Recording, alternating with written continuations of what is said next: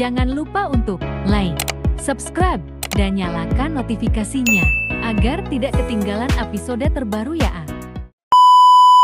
Assalamualaikum warahmatullahi wabarakatuh. Halo Sobat Kasmaran, jumpa lagi dengan saya Arum Mustikasari. Kembali lagi ya kita di podcast Jenangketan Kasmaran, jelajah dan bincang kesehatan bersama Puskesmas Manyaran.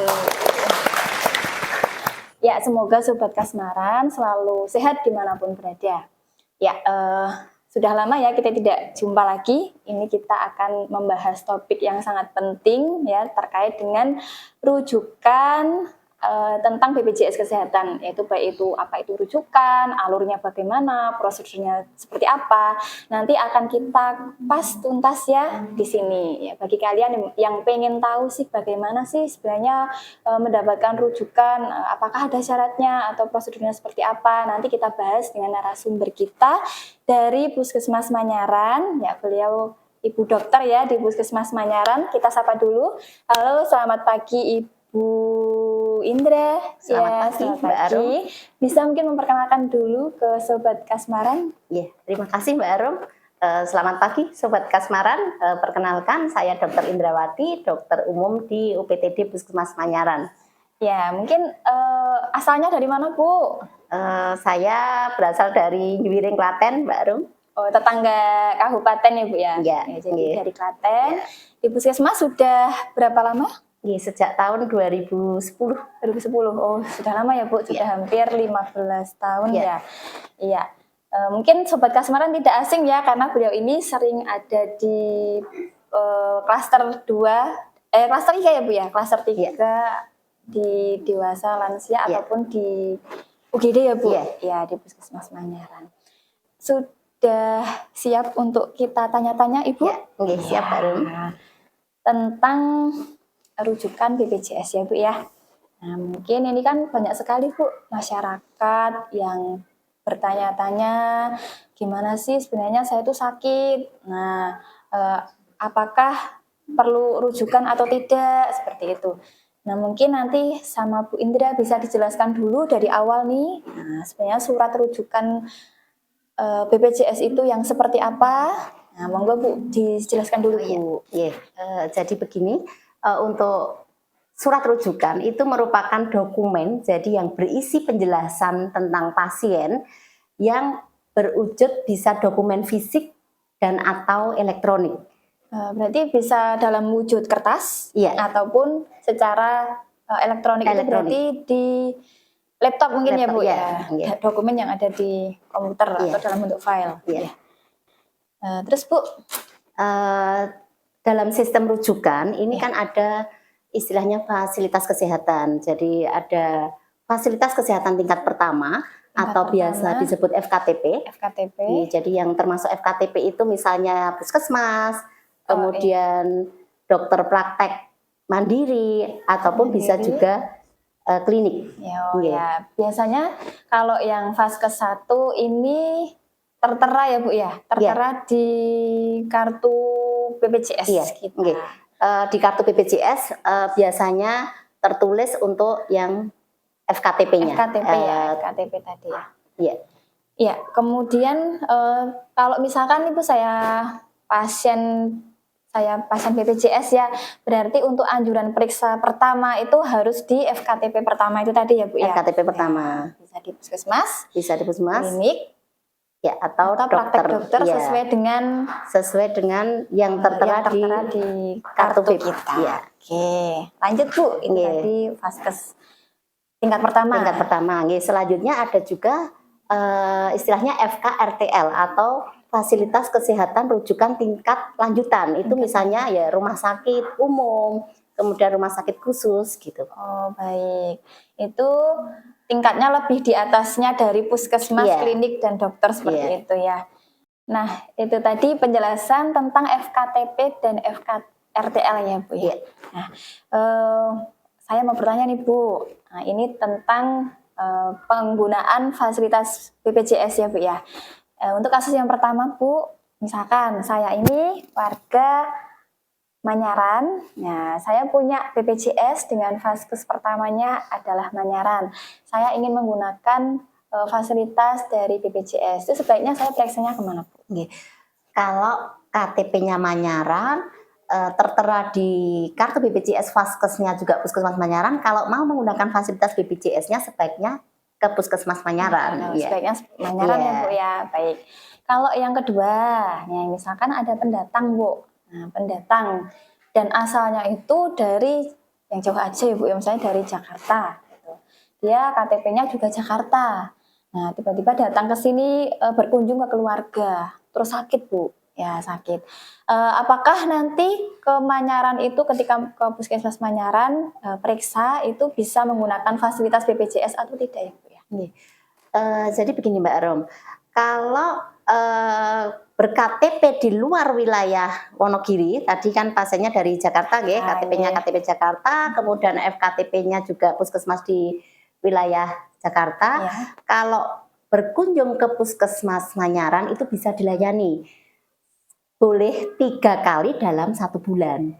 Kalau misalnya dia tinggal di sini lebih dari 1 bulan dan kebetulan sakit, jadi sudah tidak bisa dilayani dengan menggunakan fasilitas BPJS-nya. Jadi bisa dilayani, tetapi status pasien adalah pasien umum.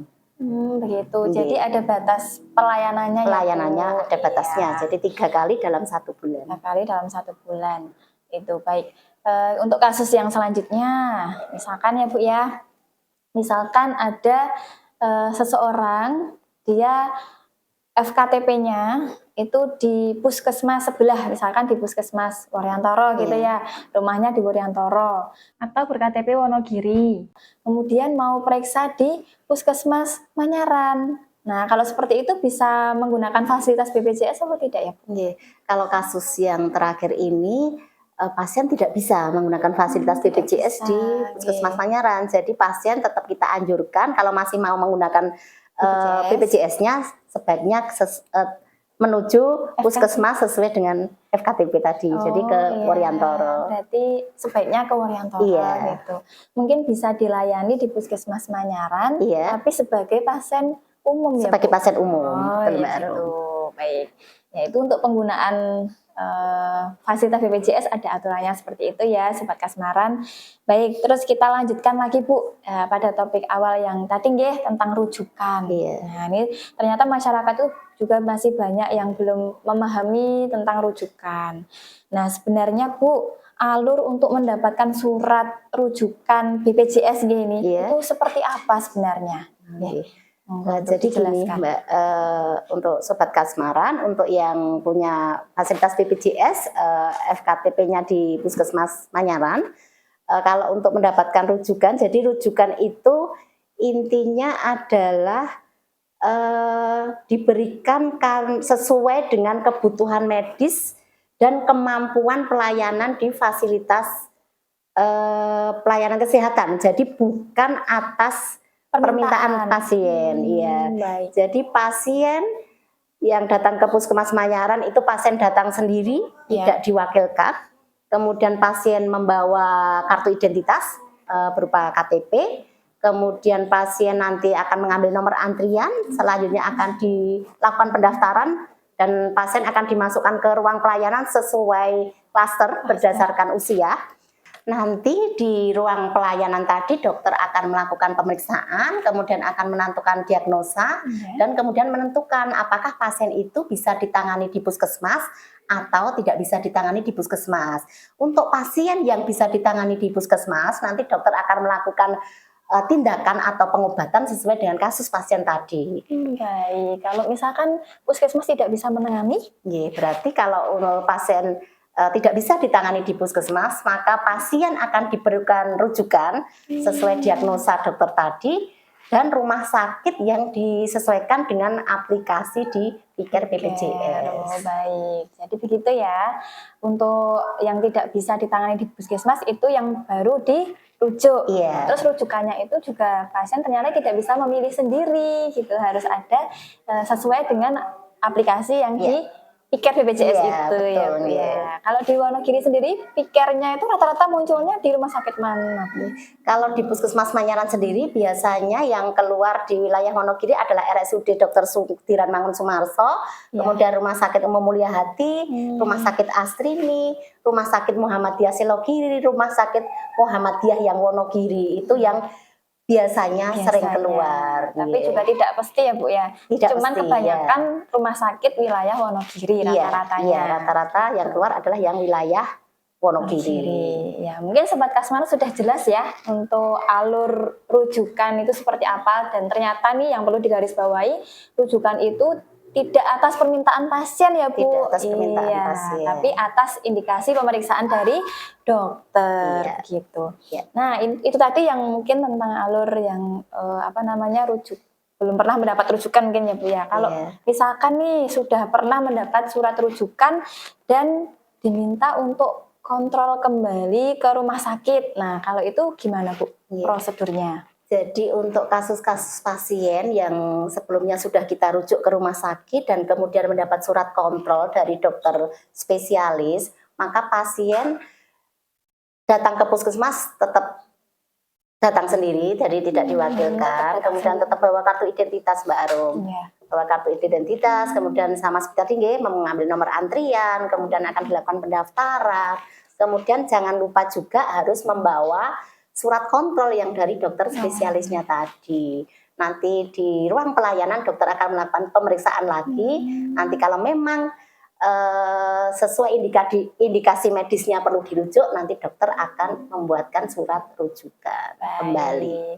Berarti alurnya juga sama sebenarnya Bu. Yang beda harus membawa surat kontrol rujukan yang dari rumah sakit gitu. Karena rata-rata banyak juga nih Bu pasien, saya mau minta rujukan yang kontrol dari rumah sakit, dikiranya tidak perlu mendaftar, bisa langsung bertemu dengan dokter. Nah, itu salah ya. Ya harusnya tetap alurnya tetap sama dengan alur pelayanan seperti biasanya di puskesmas, seperti itu. Gitu ya Bu. Untuk masa rujukan sendiri Bu, itu berlakunya berapa lama ya Bu ya? Jadi masa berlaku rujukan adalah 3 bulan atau 90 hari sejak tanggal diterbitkannya surat rujukan tersebut. Baik, jadi masa berlakunya 3 bulan atau 90 hari. Ya. Untuk pertanyaan selanjutnya Bu, ya, di sini tuh apakah ada kondisi tertentu dari pasien BPJS yang mungkin bisa langsung ditangani oleh rumah sakit tanpa memerlukan rujukan dari puskesmas? Iya. Jadi untuk Sobat Kasmaran, jadi ada kondisi-kondisi tertentu Mbak yang pasien itu bisa langsung ke rumah sakit tanpa membawa surat rujukan, seperti misalnya kondisi yang gawat darurat atau kondisi emergensi, yaitu kondisi-kondisi yang mengancam nyawa. Ya, misalnya penurunan kesadaran, jadi pasien yang tidak sadar, kemudian pasien dengan kejang, kemudian pasien dengan perdarahan, pasien yang nyeri hebat, itu bisa langsung ke rumah sakit. Tidak perlu ke puskesmas dulu minta rujukan, kelamaan ya Bu. Takutnya malah tidak tertolong seperti itu.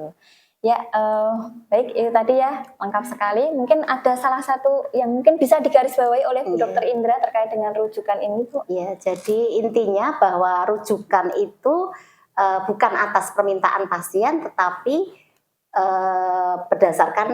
diberikan berdasarkan indikasi medis dari pemeriksaan dokter. Itu Mbak Arum. Ya, sudah sangat jelas sekali ya Sobat Kasmaran ya. Saya ucapkan terima kasih Bu Indra atas informasi hari ini yang luar biasa. Demikian tadi episode Jenang Ketan Kasmaran hari ini. Semoga bisa menambah wawasan dari Sobat Kasmaran. Dan jangan lupa ya, selalu follow, subscribe, like, dan komen media sosial Puskesmas Manyaran. Nanti bisa ditengok di atas atau di bawah ini ya. Ya, sampai jumpa di podcast Jenang Ketan selanjutnya. Wassalamualaikum warahmatullahi wabarakatuh. Bye.